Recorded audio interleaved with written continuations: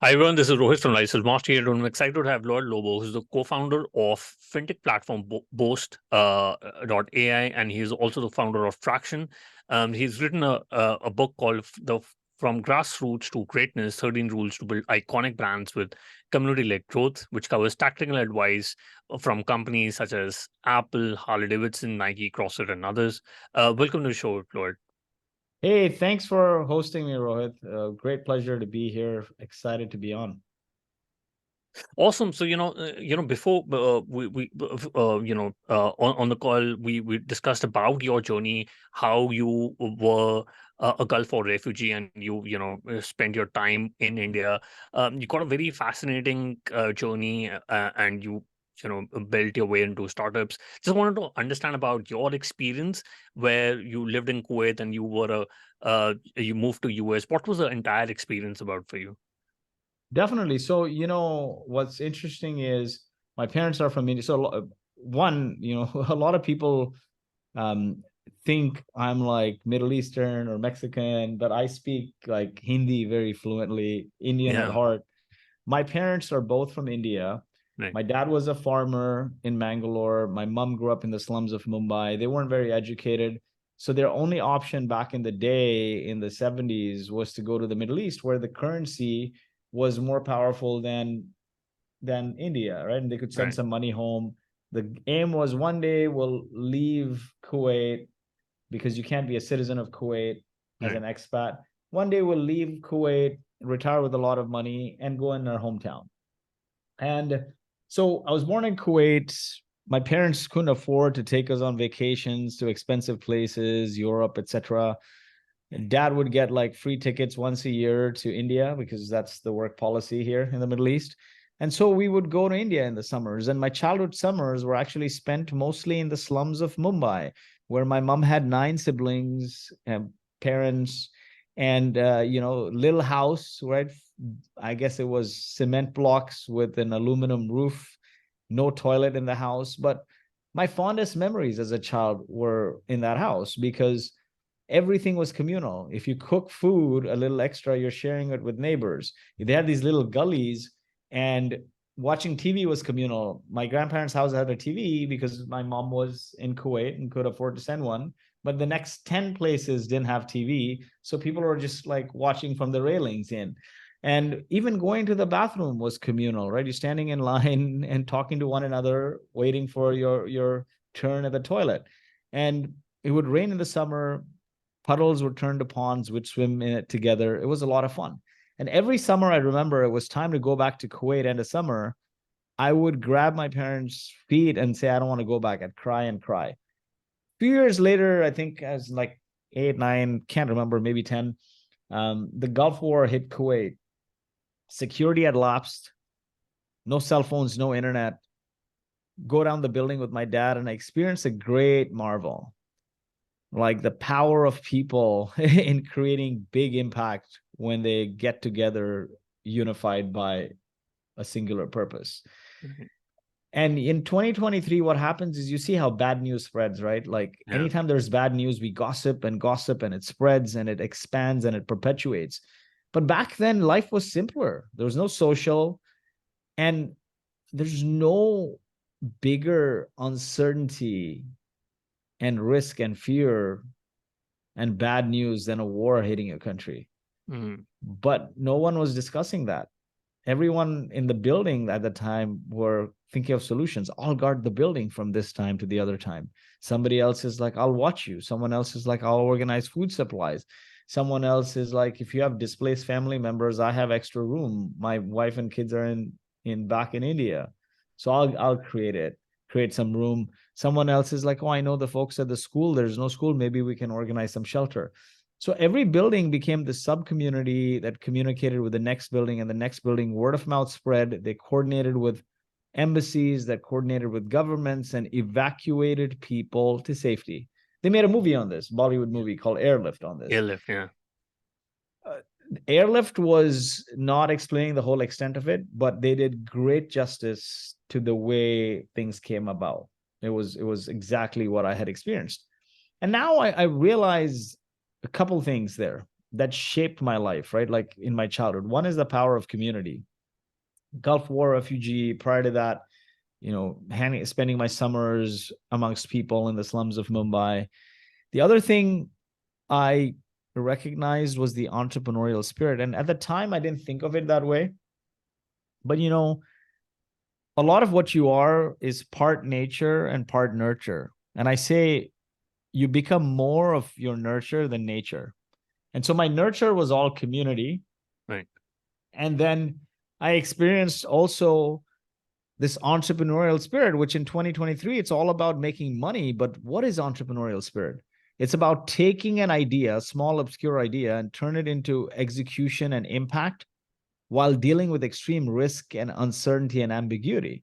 No bigger risk and uncertainty than the Gulf War, right? Like than dealing with a war-torn country. Fast forward a few years from there, my parents immigrated to Canada. Better prospects, more stability. As you know, you can't get a citizenship in Kuwait. As life progressed, my parents were like, hey, our kids are getting older. Maybe, we don't want to send them back to India to study because they weren't like, universities would be difficult in Kuwait. I mean, they didn't exist at the time. And so we said, okay, let's immigrate to Canada for more stability, better prospects. And so we moved to Canada, got into engineering, graduated engineering, and I was craving this risk and uncertainty and companionship. I didn't want to go and do like a job programming. Right. And so I started asking around, hey, what's the best skill I can learn if I want to be a business person? Nobody used the term entrepreneurship or startup in 2005, 6. It was like business person, right? Businessman. So I said, if I wanted to be in business, what do I learn? And they would say, communication is everything. Your communication sucks. You need to learn to speak better. And, I truly believe one thing I knew about myself. I was self-aware that I wasn't self-motivated. Okay. So let's define what self-motivation is. Self-motivation is not, I have the perfect conditions in the world and I go and do something. Like, you have a driver, you have somebody to hold your water bottle, so you go to the gym. That's not self-motivation. Self-motivation is you can't sleep, you're injured, you're hurt, you still wake up and you go to the gym. Or you don't have the drive, you're foggy, something personal happened, but you still show up to complete the task because you promised a deadline. Self-motivation is showing up no matter how many times you've been punched in the face. And I didn't know I was self-motivated enough that if I went and learned public speaking or communication, that I would have persevered. I had as Indian kids, my mom never worked. She gave up her career to stay at home to raise me. Right. And I would say in many ways, my mom gave into, although they weren't wealthy, they coddled me, right? So I went for guitar classes and I went for karate classes, and everything I went for, every time I complained, my mom didn't say, no, you have to do it. She's like, okay, if you don't want to do it, it's fine. So I knew that, like, I wasn't self-motivated in the sense I would jump from thing to thing. So I said, but I want to go into business, right? Okay. And so I had to learn communication. So I started applying for sales jobs because I did understand that if you're not self-motivated, how do you learn something? The best way to learn something, if you suck at it, is to put yourself in an environment that forces you to do that something over and over and over and over again. Right. So I said, if I want to improve sales, if I want to improve communication, the best job that forces me to do it day in, day out is sales. So I started applying to sales jobs. Nobody would give me a sales job. Luck would have it, I got a job cold calling for a startup. And so I get a job cold calling for a startup. The first call, I practice 4 hours. The decision maker comes on the phone. I hang up. Everyone's laughing. They're like, practice 4 hours. What the hell? But I didn't stop, right? I kept cold calling. I got better at it.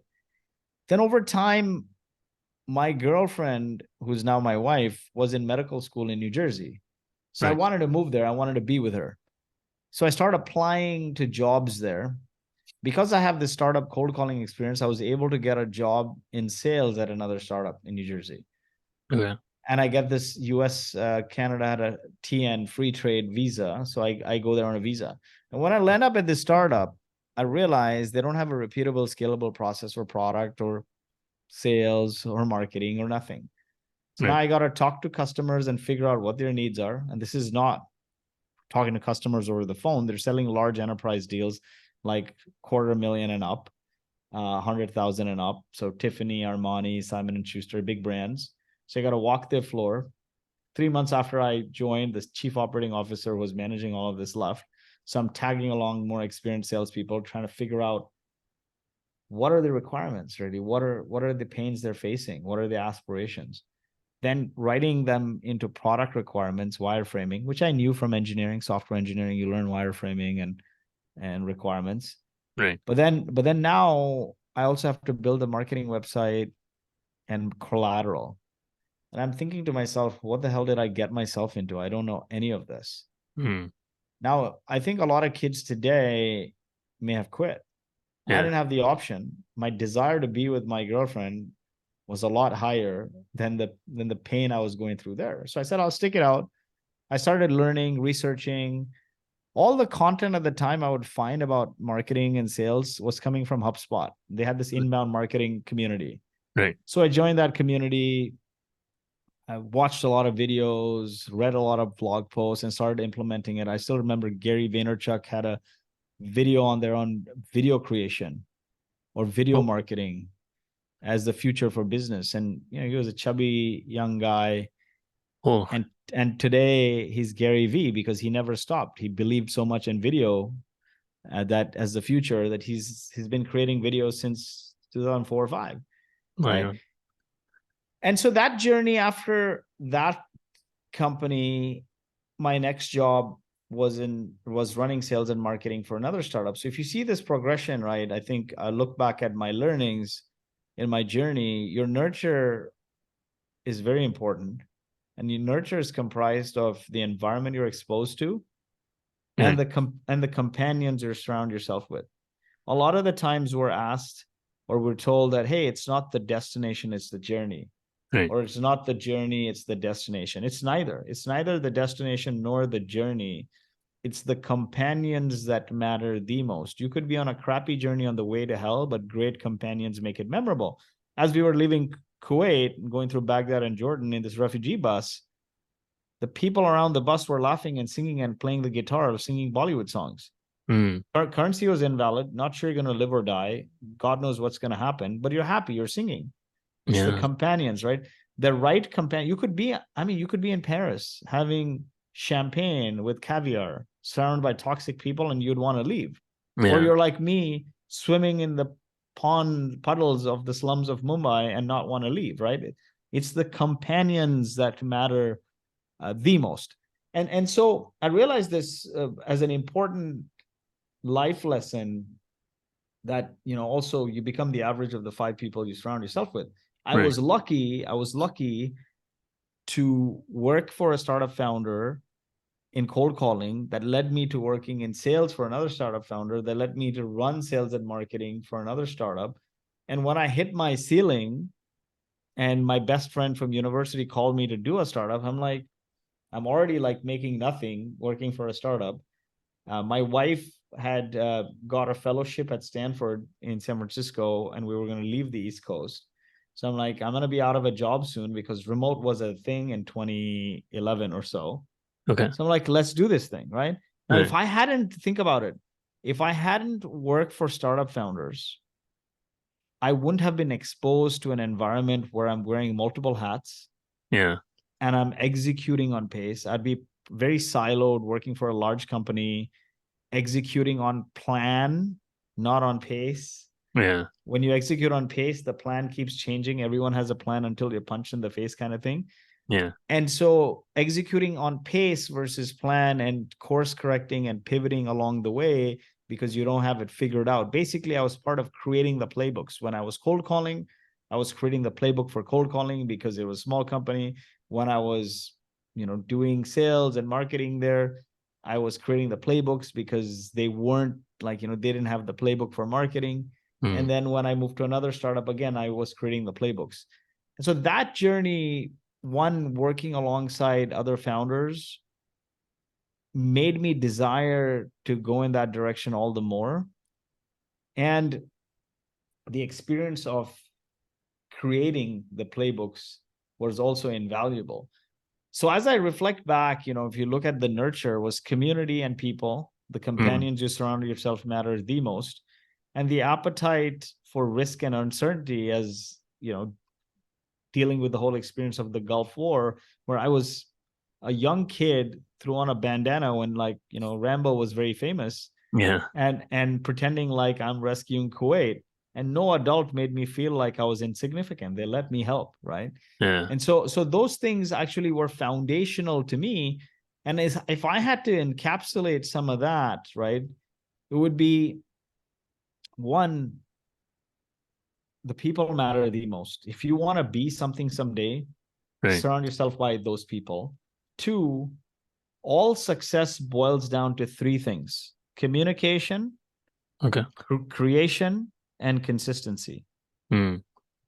Communication is everything from convincing your spouse to early employees to customers.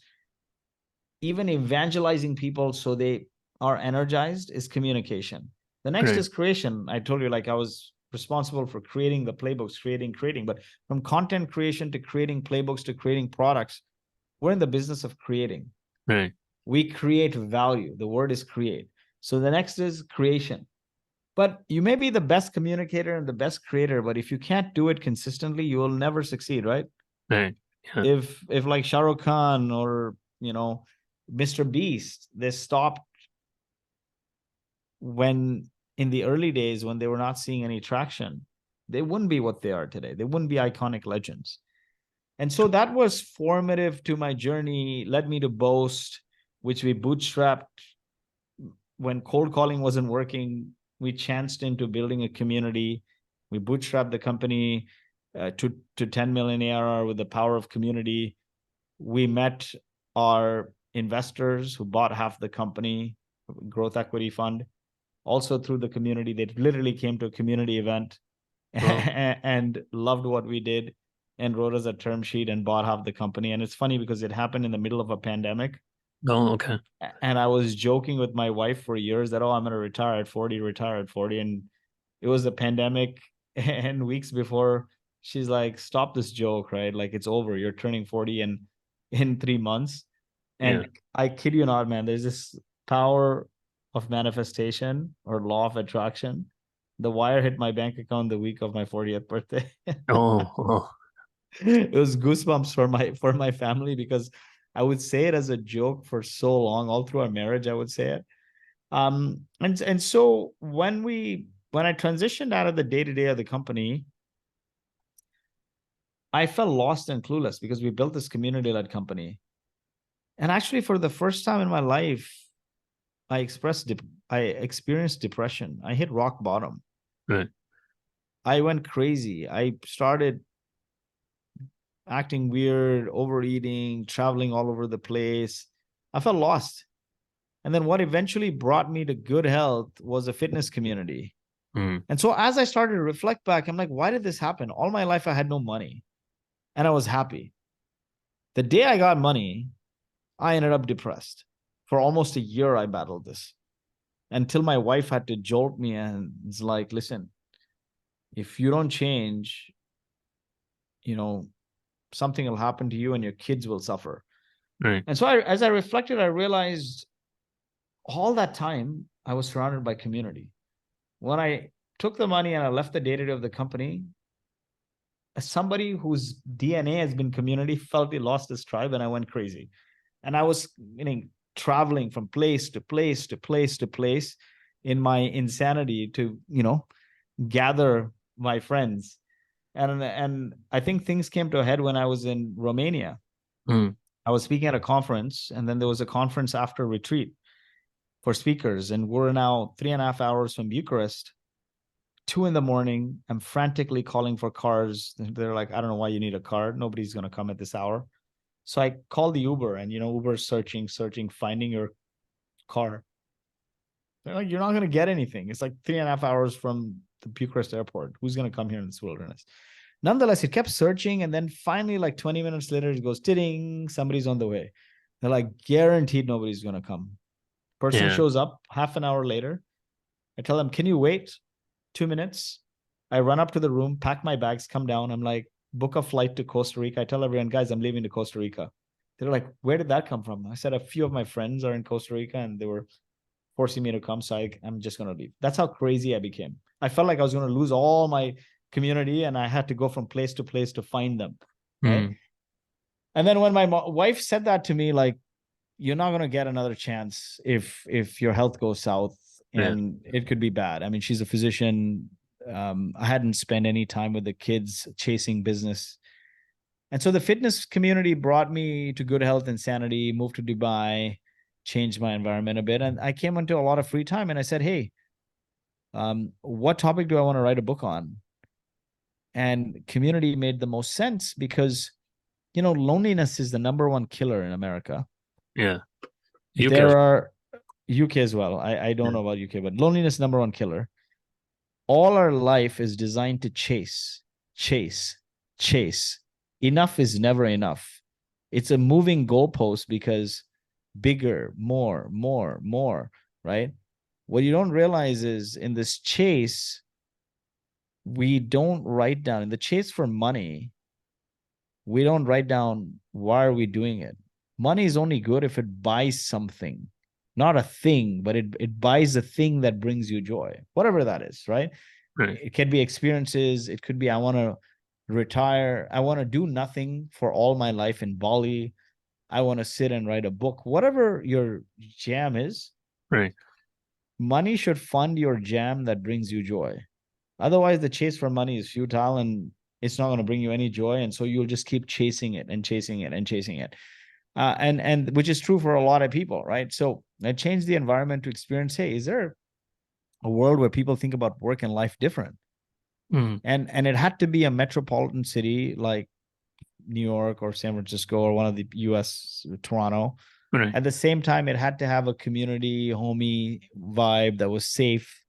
And so Dubai worked out well because it was sort of Miami meets Singapore or Miami meets Mumbai on steroids.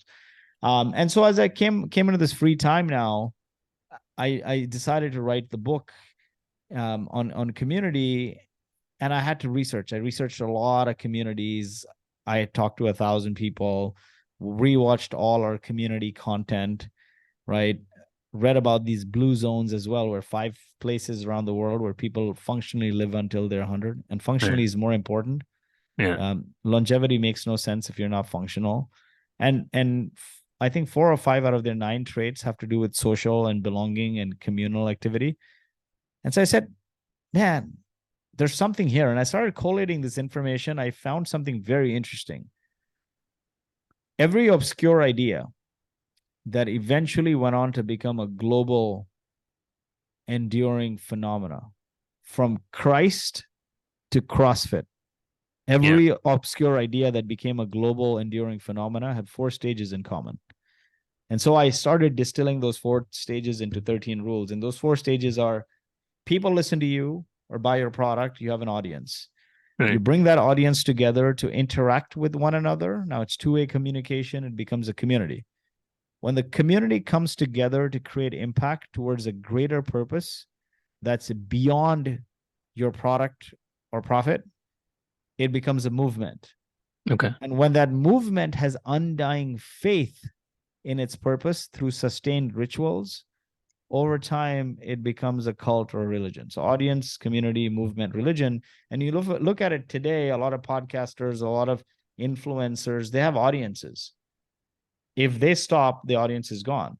Yeah. How do you turn that into a cult-like phenomena? Community sits at the center of it. You need to build a community to get there. And so it was a very interesting exercise as I looked at all these brands, and the biggest brands that endured over time, irrespective of the technological shift, irrespective of the disruptor, the biggest brands that endured over time had community at its core.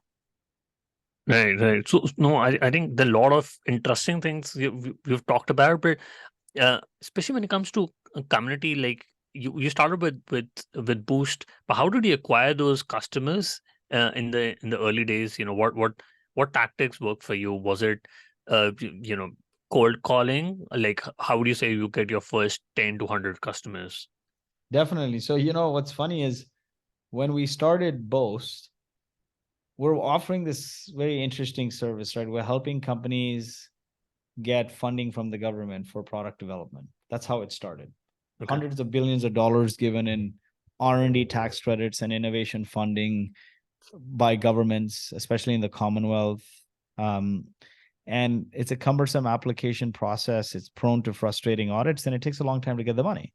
My co-founder was doing this manually for a Big Four accounting firm, so he had all the inside knowledge.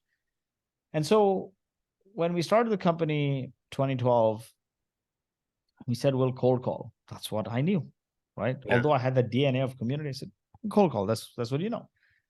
And so when you cold call, you're going to cold call stable businesses, right? So we started calling manufacturing, oil and gas, construction companies. Man, nobody would talk to us. So hard. Email, cold call. It was very difficult to get through.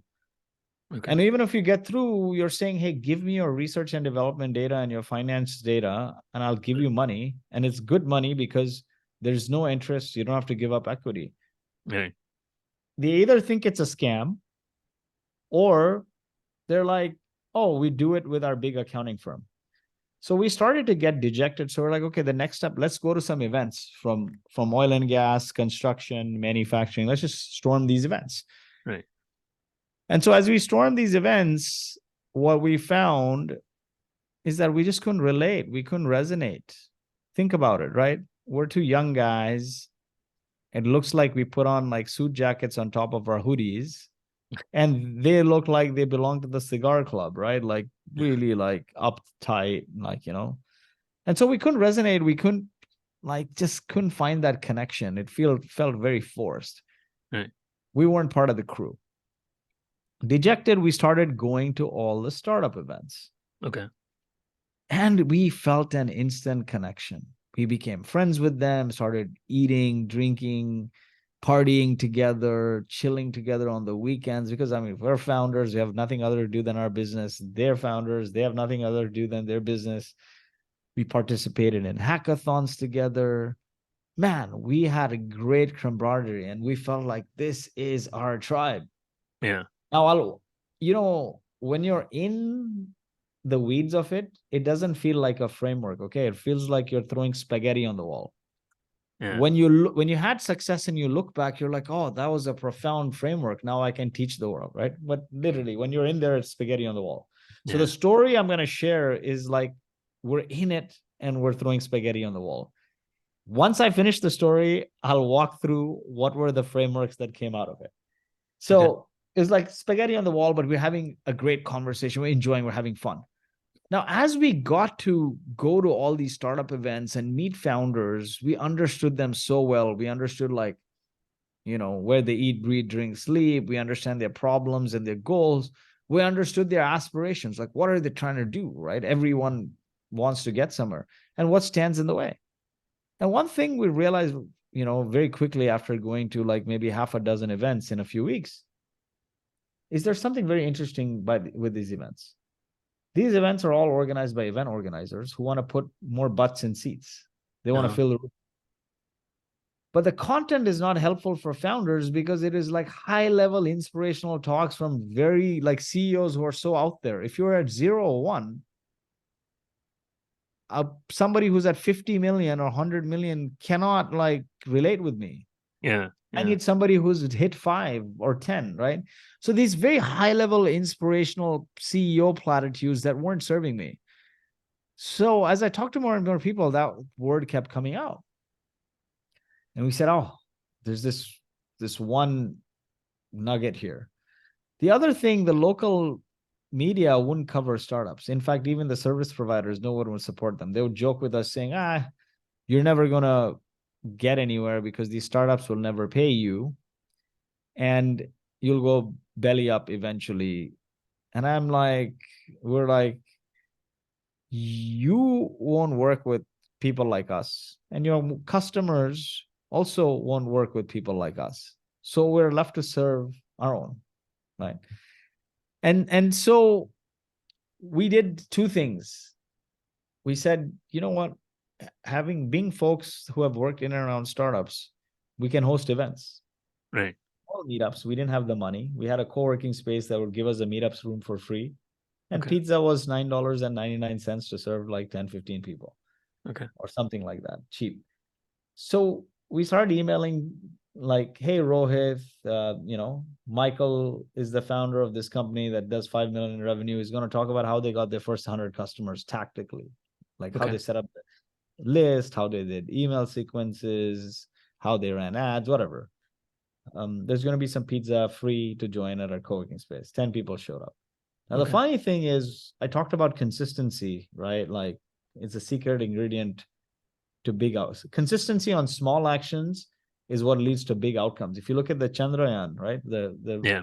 India's landing on the moon. They True. didn't do some big bang up thing. They made small changes consistently over time that Yeah. got them at a lower cost than everyone else out there. They didn't just go and just do some groundbreaking thing. It was small, consistent actions over time. True. So we kept doing these small meetups. The first meetup, 10% showed up, 10 people showed up. We kept hosting small meetups, events. One day, 200 people showed up at the co-working space and they're like, guys, you can't really do this anymore. You're hijacking all the aisles and everything in the co-working space. You got to get out of here. Can't do this. And that eventually evolved into the Traction community and the Traction conference. And today over 100,000 subscribers. And we've had the CEO of Uber come to our meetups, and Twilio and Zoho and Atlassian and all these big names, right? Nonetheless, its roots were in those small meetups. Now, the second thing we did was we reached out to the local newspaper and said, hey, you're not covering the startups. Right. Can you give us a column and we'll cover them? They're like, not interested, not our priority, right?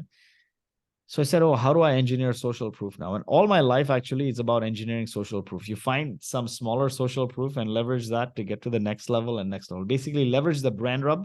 When nobody knows you, leverage the brand rub of somebody with a little social proof and just level up. Keep brand rub plus level up. Interesting. So I reached out to a second tier blog and I said, hey, we're doing events in this region. Could I write about it, about the startups here on your blog? They're like, yeah, sure. If somebody is not staffed and small blog, regional media run by 1-2 people, they'll take your content, right? But the newspaper won't. So I blogged, covered a few startups, shared it. They socialized it so much. It got so many tweets. Back then, LinkedIn wasn't popular for content sharing. It was more like Facebook and Twitter. Right. Insta, TikTok wasn't so big for business. And it got shared so much. I took that and I hit up the newspaper editor. And I'm like, hey, see how much traffic this has gone. So many retweets. The newspaper is dying for the next generation. They're not using newspapers. True. I think by giving me a column, you tap into a younger audience that is tech savvy, and that is your future. So he said, I'll give you one blog and see how it does. Now, I have this unwritten rule. Unless you're doing something illegal, never ask for permission. Always beg for forgiveness. Okay. Because, especially us having Indian descent, when you ask for permission, life goes dealing with the system. Yeah. And as an entrepreneur, you can't wait, right? Speed is the currency of high growth startups. True. So he gave me one blog. It wasn't a column, it was a blog. I decided to call that blog Startup of the Week. And I called it Startup of the Week because it's on the newspaper. So it'll give this impression that the newspaper is starting like a weekly award recognition for startups. And I covered a startup. Now that went even more viral than the first post. Oh, nice.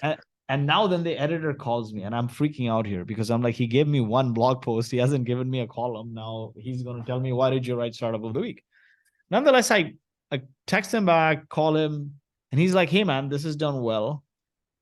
If you commit to writing it every week, I'll make it a print column. Okay. Boom, bingo. So he turns it into a print column. Print column does 4 things. 1, 2 guys who nobody knew got instant credibility from the local newspaper. Right. 2, our blog, our website was new with no SEO juice. We started getting a weekly backlink from the highest domain authority website in the country, which is a newspaper, Post Media. 3, every Monday now, entrepreneurs started going to the newsstand and buying those newspapers and taking photos. And think about it. In 2023, also so many blogs, but once you're in the newspaper, you're more legit, right? Yeah.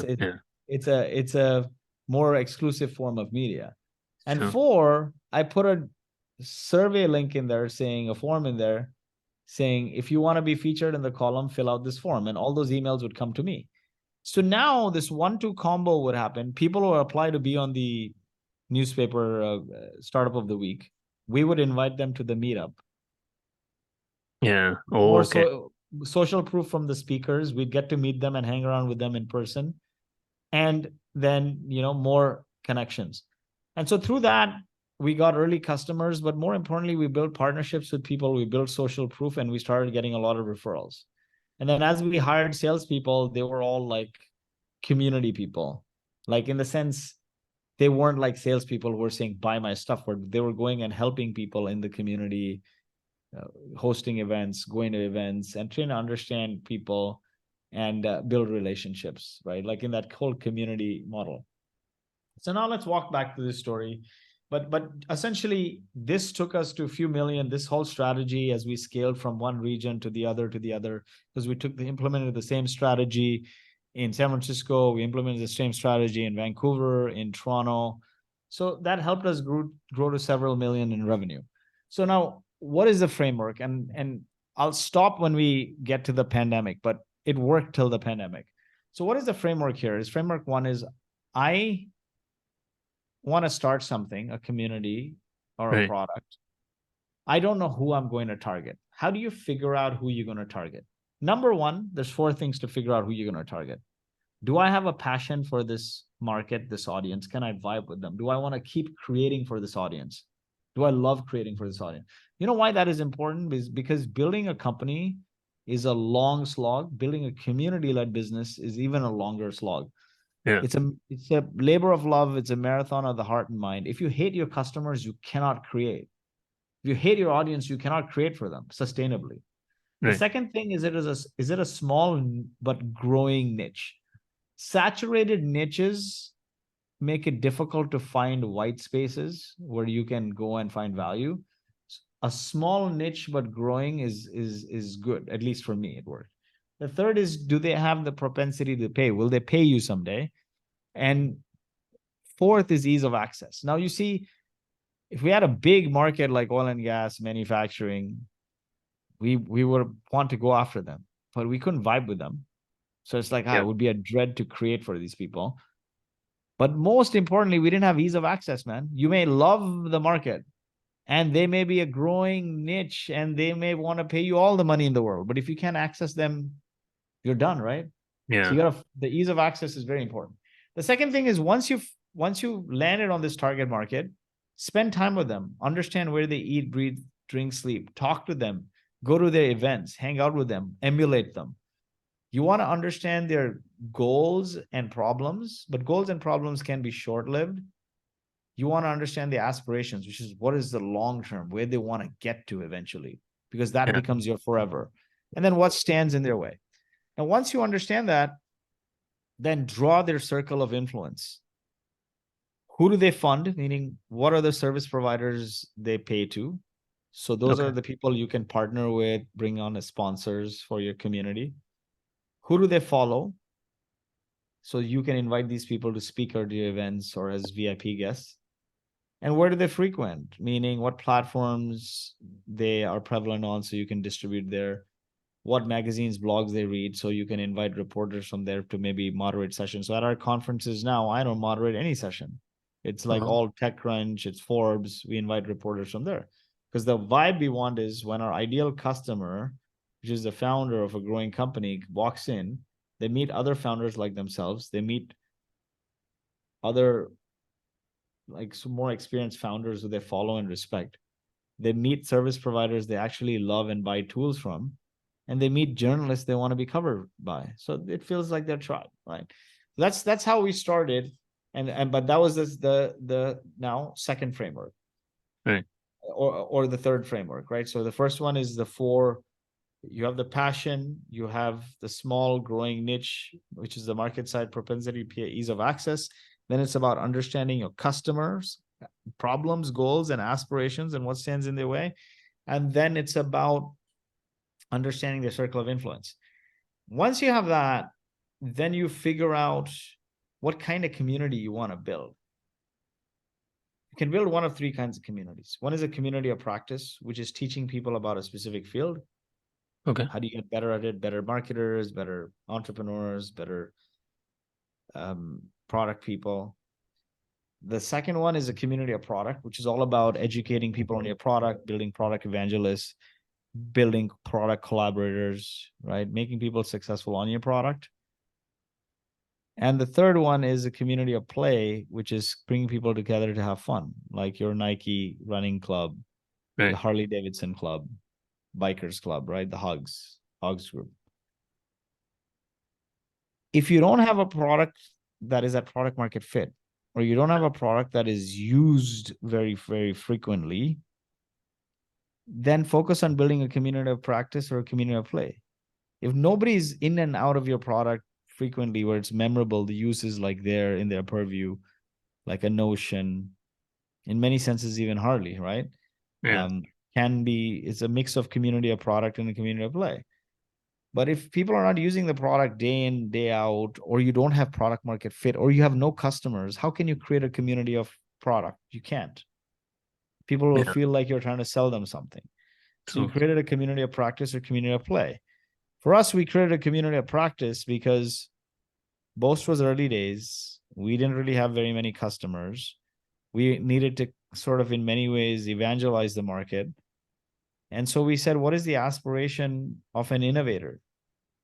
They want to create impact. They want to get traction. So the community became traction. Mm. And it became a community of practice.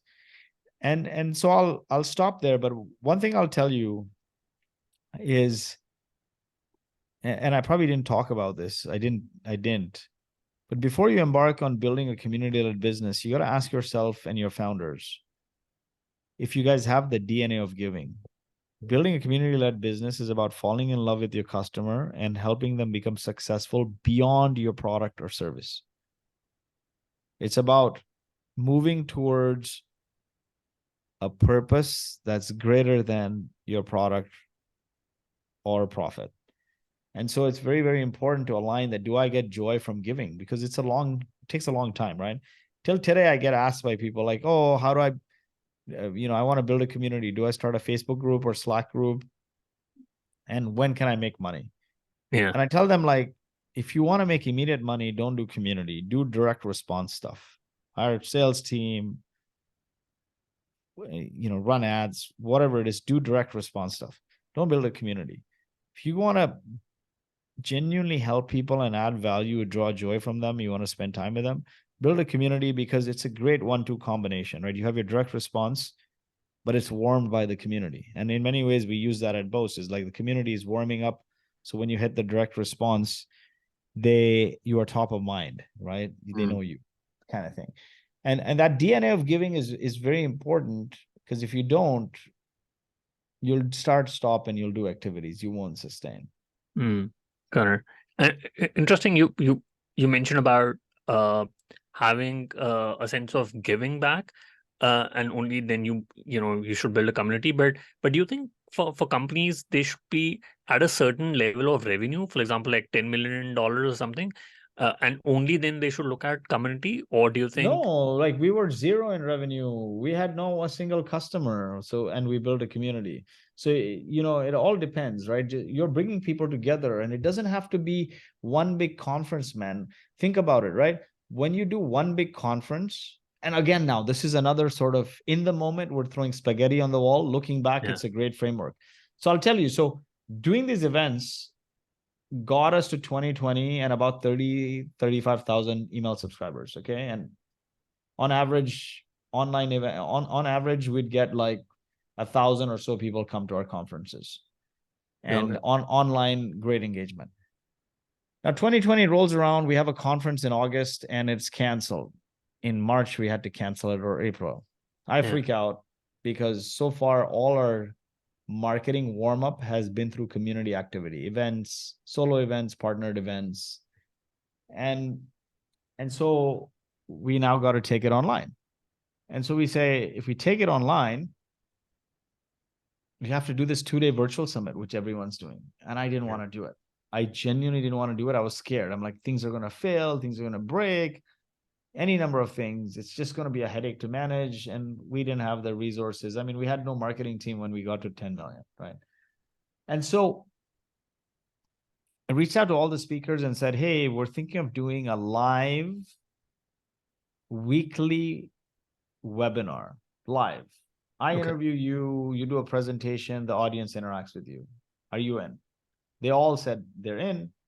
And it started as 1 a week, and very quickly it became 2 a week, 2 live every Tuesday, Thursday at 11 a.m. And the audience would join and interact. You know, right now we're a podcast, but if the audience was live, then it becomes a two-way communication. They interact with one another and there's camaraderie there. And I kid you not, man, the consistency on doing that after the 2 years grew the audience from 30,000 to like 35 to like, I think we're like almost 120 right now. So what that tells you is consistency on small actions creates big outcomes over time. Because what that did was, rather than saying, buy this conference, virtual conference ticket, I'm saying, hey, today talk to Rohit, and Rohit is going to talk about, you know, how he helped build Oyo. And tomorrow talk about Lloyd, and Lloyd's going to give you the playbook for community building. And day after tomorrow, talk to John or Sari or Mary, and Mary is going to talk about how to raise $1 million in funding from, I don't know, crowdfunding or like angel investors or SPACs or whatever, like very specific topics, right? And so what happens is now every message to them that you send is adding a new piece of value. And there's a key learning here. It's like Nir Eyal's hook framework. How do you create habit forming products? Is you have a trigger, like an email external trigger, let's say. People take an action, they get a variable reward. And then they make an investment to come to the event, like, you know, or they come to the event or sign up to your newsletter. If the reward is fixed, then they know what to expect and they may check out, right? They're like, you know what, it's the same old, I don't want it. But if the reward is variable, then the next time you send the email, they want to click. They're like, oh, what do I get right now? It's like opening the Kinder Egg surprise, right? It's this dopamine. Every time it's different. If it's the same thing, you don't want to buy those things. You'll just eat chocolate. Why would you buy the egg surprise? You buy it because it's a different dopamine hit every time you open it. And so when you do like these 2 live events with like webinars with different topics, every time you hit them up, it's like a different dopamine. You're sharing something else and they join. And they can join live and interact. The live was key. And so that helped grow the audience. And then one day during the pandemic, we did an in-person event when there was an opening, and we met our investors through there, who ended up buying sort of half the company. Interesting. You know, you mentioned about 2020, but do you think in the last 3 years, has the community building affected because of the COVID, the online virtual events, and then people again going back to in-person events? What were some of the challenges you would have faced, and do you still believe that in-person events or virtual events is the right way to build community? I think you need a combination of two. Okay. I feel like right now we're sound and sight. If we were in person, we'd be taste, touch, and smell. Anytime you incorporate more than 2 senses, you start to bring stronger connections. Look at it with yourself in your life. Your strongest bonds are with people who you spend some time with in person, right? Right or wrong? Yeah. Right? And so you need to incorporate that. I think you need a hybrid approach. And especially in COVID has caused virtual fatigue, Zoom fatigue. So people are yearning to meet in person. bring people together. I'm a big believer of in-person events and experiences. Online is good to consume, right? And to stay informed. In person is a true 360 experience where you energize. And when people are energized, man, you can really, really build strong connections with them. Interesting. And in your book, you mentioned about Harley Davidson, Nike, CrossFit, HubSpot. Who do you think is the best community builder? They all have very interesting ways of doing things, right? And I'm gonna have a Notion doc that goes with the workbook on From Grassroots To Greatness.com. That'll be on From Grassroots To Greatness.com /workbook, and we'll have some of these case studies, but I put them on my LinkedIn a lot. Lloyed Lobo, Loyed Lobo on my LinkedIn every so often. I think it's all depends on what you can and can't execute, right? It's about picking your ideal customer, learning about them, understanding them, and doing one or two things really well. Being an inch wide and a mile deep, then being a mile wide and doing a little bit of everything and not doing great at anything. I think that is really, really more important. So what happens is I get asked a lot, oh, do I start a Facebook group? Do I start a Slack group? When can I monetize? And I tell them, asking to start with a Facebook or WhatsApp group or Slack group is like saying, I want to build a church or a temple, but I actually don't know what religion is going to practice there. So shouldn't you start with the customer first, right? Start with understanding your audience. And so in terms of these groups,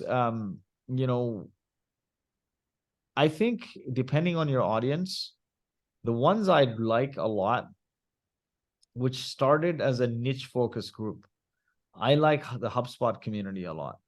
I like the SaaStr community a lot. I like Notion's community a lot. I like Atlassian's community a lot. So I've given you now 2 communities of practice and 2 communities of product, right? But that doesn't mean now you don't take examples outside of the tech, right? So for example, for example, you got CrossFit's community. Yeah. It's phenomenal. CrossFit's community, think about what CrossFit did, right? They changed the way business is done. Yeah.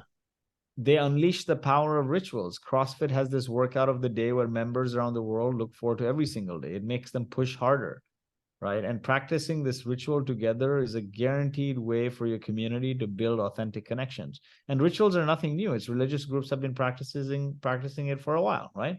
And it helps build strong connections. They sell outcomes, not products, right? Customers want outcomes. They don't want products. Yeah. They want to be better. They go to the gym to get fit, not to, just hang out and pay a membership. They buy marketing automation because they want more leads, right? So that's what you want to focus on. Then it's, one of the things is giving your community a home. Like CrossFit's gym is called a box, but if your people are meeting together, then give them a place where they can congregate a little bit frequently, whether it's a chat group or Slack group. The world doesn't need the nth chat group. So figure out how your people are used to communicating and where they're prevalent, and give them that as a medium versus creating a medium that they have to learn all on their own, right? So you can learn basics of the principles from every community. They have a lot to offer, but a lot of them structure around, how do I create an audience by adding value? How do I bring that audience together to connect with one another? Then how do I bring that community around a greater purpose to create impact? And then what are some rituals that will sustain over time that will turn this into a cult-like brand? A lot of the communities fall into, or rather companies fall into one of those buckets in terms of how they do things, right? But like, see, Notion is another great example. 30 million users, 10 billion valuation, right? So they empower their community to create. Yeah. See, if a loyal user makes a TikTok video it'll far outshine 10 videos produced by your company. In 2023, people are consuming more content than brands. Yeah. So having community leaders and fans spread your message is key. So what TikTok did was they set up a Notion creator challenge, and people got paid to make a video about Notion. The more viral it got, the bigger the bucks. And that started creating this loop, right? Creation is very, very important. You force people to create on Notion. They foster connections without exerting control. They saw like early users were discussing their love for the product, right, in online communities, and they wanted to nurture it. So they started allowing funding for user organized events. Isn't that great? Yeah. Yeah. And then they reward community contributions, right? They give perks, swag, early access to features, priority support, free space, pre sort of team workspaces for community events or community organization, right? So when you see all of this, you realize that every community has like a 1% super fans and 9% casual contributors and 90% lurkers. Lucas. Your Yeah. job is to elevate the super fans and treat them like leaders. They should feel like, like look at any political party too, right? The super fans should be like, you should elevate them to leader status. And if you elevate your super fans to leader status, then your casual contributors will be elevated to super fans. Mm. And they'll try to pull each other forward, right? And spread the message. If you try to control the community, you'll get nowhere because people will check out and they'll not want to do it. Mm. Yeah, no, looks like, this is like a mini MBA in, community building. I think a lot of interesting insights. I'm really looking forward to reading the book. But you mentioned that you sold half of your company, and you also talk about, growth equity versus, private equity and VC. Why should somebody take growth equity, and, when should they make a decision to, sell half of the company, or, when should they make the decision to, sell the company? So, I truly believe there's more than one way to build a successful company. Unfortunately, like I said, unfortunately, I only worked for venture-backed startups before Boast, for the most. Yeah. They all failed. All of them failed. And so what happened was when we did this event during the pandemic, this growth equity firm comes to us and they said, hey, who hosted this event? And I said, yeah, I did. And they would talk to me. And they're like, would you love to join? We would love for you to join our venture partner network. We'll give you carry in any deals you pass us. And I say, listen, I don't have the time to do this. We have a business to run. And they asked what the business was. And I explained it to them and they were shocked and they were very interested. They asked me high level revenues, which I told them. They asked him, what is the gross margin? I told them. And I said, we're doing all this with no marketing team. I think we were north of 5 million, getting to 10 that year. No marketing team, doing it with community-led growth. And then they expressed interest in investing. And I knew my co-founder, is dead against taking outside investors. Basically, it's like bringing somebody else into your marriage. And my wife, on the other hand, would always say, listen, you've only worked at failed startups. If you fail again, when the company is just starting to do well, after so many years of slogging, if you fail again, trying to build somebody else's zero-sum game, I want you to get a job at like Salesforce or Oracle or some some stable company, because I can't keep paying the bills at home. Like she'd been paying the bills. Yeah. So I explained this to them and they're like, listen, we're not a VC. So I'm like, what are you, PE? And I had a fear of PE because one of the companies I was at, they were PE backed, and they create all these earnout structures and they look into the guts of your company. It's not it can go south. And so they said, no, we're growth equity. And I'm like, what the hell is that? They're like, oh, we predominantly back founders who are bootstrapped or very capital efficient with clean cap tables, not a large number of investors on there or none. And that have high gross margins, repeatable, recurring business models, but more importantly, founder-led, mostly bootstrap, very capital efficient. And because of that, we tend to offer liquidity to the founders so they can de-risk in the short term and still own enough stake in the company so they can play the long game. And that was very interesting to me and Alex, because that's great, right? You sold 52% of the company. You still own close to 40% of the company. The rest is with the employees. And I think that is the decision you want to make. The one thing I'll tell you this, Rohit, and this is for your audience who are founders. We often go on this journey to fundraise, Right. and we're misaligned on day one. The media has perpetuated this addiction to unicorn porn. In reality, the world is run by camels, horses, and donkeys. So what happened? Pandemic hit. Every Yeah. company needed to go online. So they started buying software. All startups started seeing boom, right? People started buying products. Looking at this and the low interest rates in the market, all kinds of money started coming in the market. They started investing in startups at high valuations. If you didn't digitally transform in 2020, 2021, you're not going to in 2022. The market didn't explode. It was a black swan event that sort of created an artificial need for a short term. And so when 2022 started to roll around, what we saw, or rather mid 22, what we started to see is when the interest rates went up, always interest rates follow the economy, right? They do.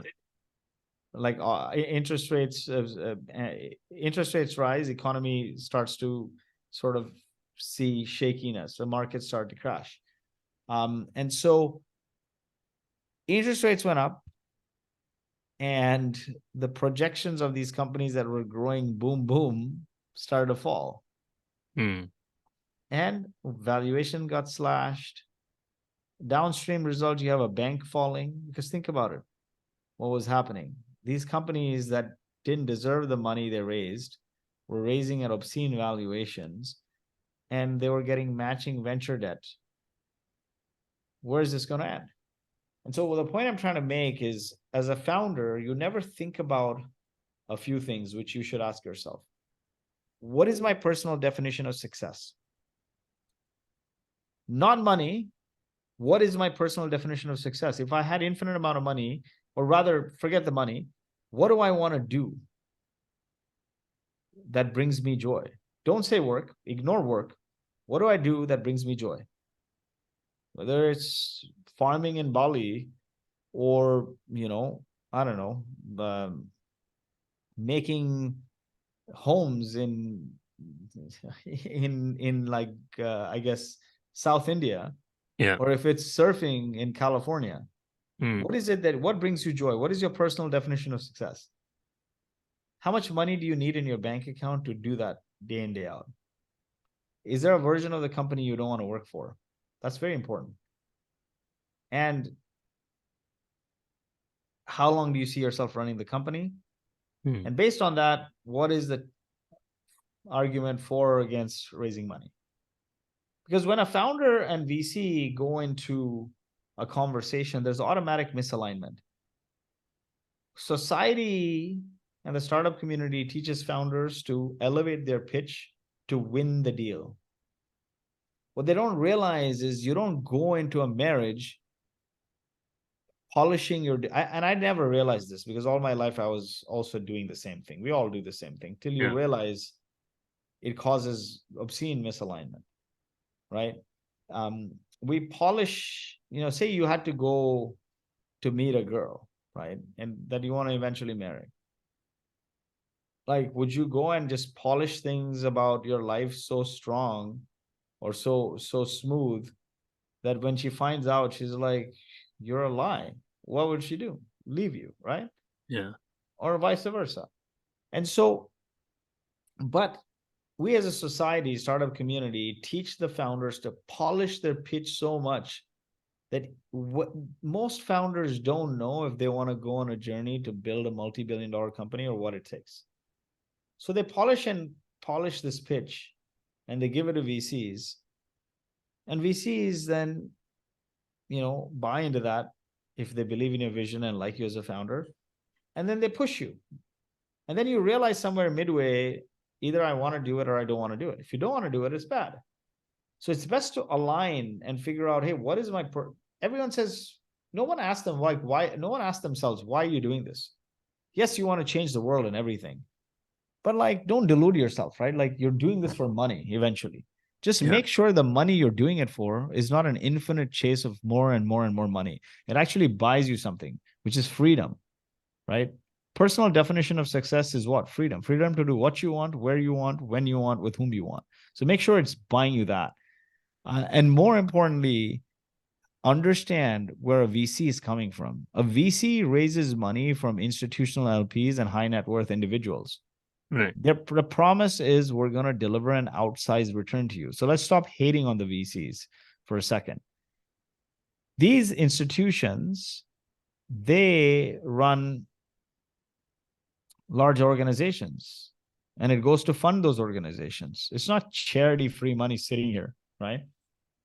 Or like if angels, they put their money in funds, they're putting that because they want a return in X time so they can fund some project, right? Not every person funding VCs from an angel side is an ultra high net worth individual. So I think that's important to understand, nonetheless, that VCs provide the promise of an outsized return to their LPs. Right. And for them to continue playing the VC game, they got to keep delivering these outsized returns. If they don't, the LPs will just put the money in the S&P 500 or some index funds with return like on average 10% every year. Yeah. So make sure when you talk to a VC or before you go into it, you understand, like, are you really in it? Because if you understood what it truly entails, you might approach different paths to success. You might bootstrap a little longer. You might go and offer a service to a customer and get paid and eventually automate that service. Like generative AI makes a lot of these things possible. Right. Yeah. Current, no, I think that's super interesting. I just quickly want to do the top three. What's your favorite business book?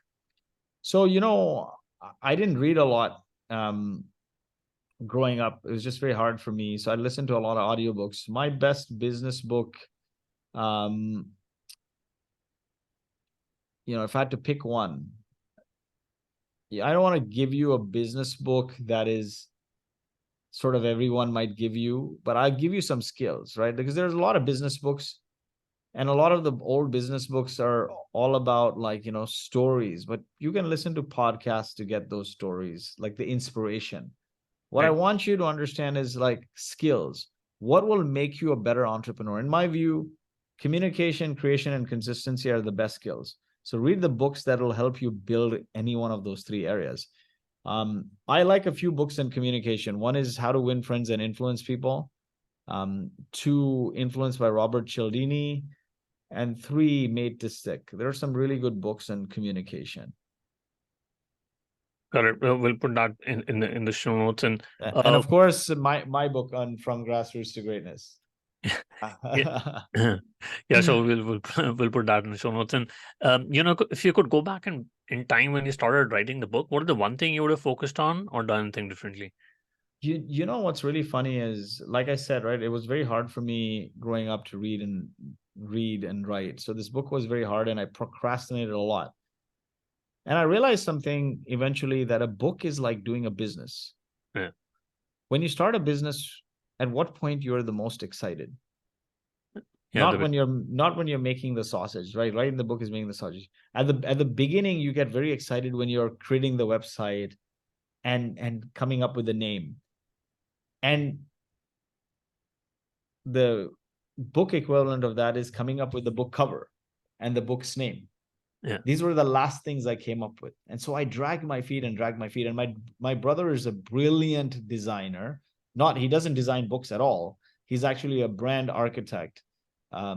People fondly call him grandfather in the Middle East, but he's won awards at Cannes. And he kept telling me, he's like, what is this? My book was called Community-Led Growth. He's like, having a book titled Community-Led Growth is like saying your book is called marketing. He's like, that's stupid. He's like, your book should stand for something, right? And, he encapsulated my vibe in colors really well. And he said, I didn't even commission him. I didn't want him to do the book. He went and did this on his own, right? And like he created the inspiration for it. And then our publishers, designers took it further. And you'll see like every page is like, starts with full color. There's a certain vibe. And he said, I'm going to prove to you that never judge a book by its cover is a BS hoax, right? And it was so true, because I dragged my feet for 2 years. And finally, when I saw the name and the design in this form, I got so pumped that I think the last 3 months, Rohit, I have been on overdrive. It's 1 a.m. here, and I've been podcasting since 8 a.m. Dubai time. I'm in Dubai. I did my first in-studio interview. I did 2 in-studio interviews. Then I did an evening of podcasts, and then I worked during the day. And last night I was on till 2 a.m. It energized me. And the years prior, I'm just dragging my feet because I'm just like, writing the manuscript. But when this came, it pumped me, because this is the design I put to the world. I got feedback. When people give you positive feedback, then you get energized, right? See, a lot of people are not consistent. One thing is to just keep showing up and keep doing it. But what fuels consistency is positive reinforcement, is feedback. When people say, oh, this is great, you're doing great, man, I love the cover. They're like, oh, let me put out some more. Right. And so that's what I would change, is like, I would start with the title and the design probably, and then I would have expedited the rest. Because then it's staring at you in the face too, like this needs to get out. Yeah. No, totally get that. And what's your favorite online tools? Example, Gmail, Slack, Zoom. I like Notion a lot. I use also Gmail. I live by as well. For I have a list of tools, and I'll put it here, because I think it's worthwhile recommending from a community building standpoint, right? Sure. So for like turning your webinars into evergreen, engaging two-way conversations, eWebinar is great. Yeah. Turning long form videos into social clips, Latte Social or Video.ai or Opus Pro. Of course, Buzzsprout for podcast publishing, Descript for like Descript or Otter for show notes and editing kind of thing, and and transcriptions, and Summarize repurposes content from audio and video into shareable social posts. Newsletter platform, because it's community driven, I think Substack is a great one. And Notion is phenomenal. So a bunch of tools. Yeah, and absolutely. I think all are great ones. We'll put that in the show notes. Lloyd, what is the best way people can reach out to you and know more about your book, From Grassroots to Greatness? Definitely. So from grassroots to greatness.com, it's for 99 cents. Buy it, leave me a 5-star review. There'll be an accompanying Notion doc. This book is all in stories, and it's not, I have a very sort of step-by-step Notion workbook that accompanies this. So you can get all the templates that you can download, see behind the scenes interviews and whatnot. We'll put that in the show notes. Lord, thank you so much for taking our time. I think this was one of the best podcasts I've done. It was like a mini MBA in community building. I love doing it. Thank you so much for your time. Thank you so much, man. It looks like we've gone like an hour and a half. So I'm glad you enjoyed it. Take care, Rohit. Right, I'm gonna jump as well. When it's ready, let me know, yeah, and I'll post it. I hope you enjoyed it.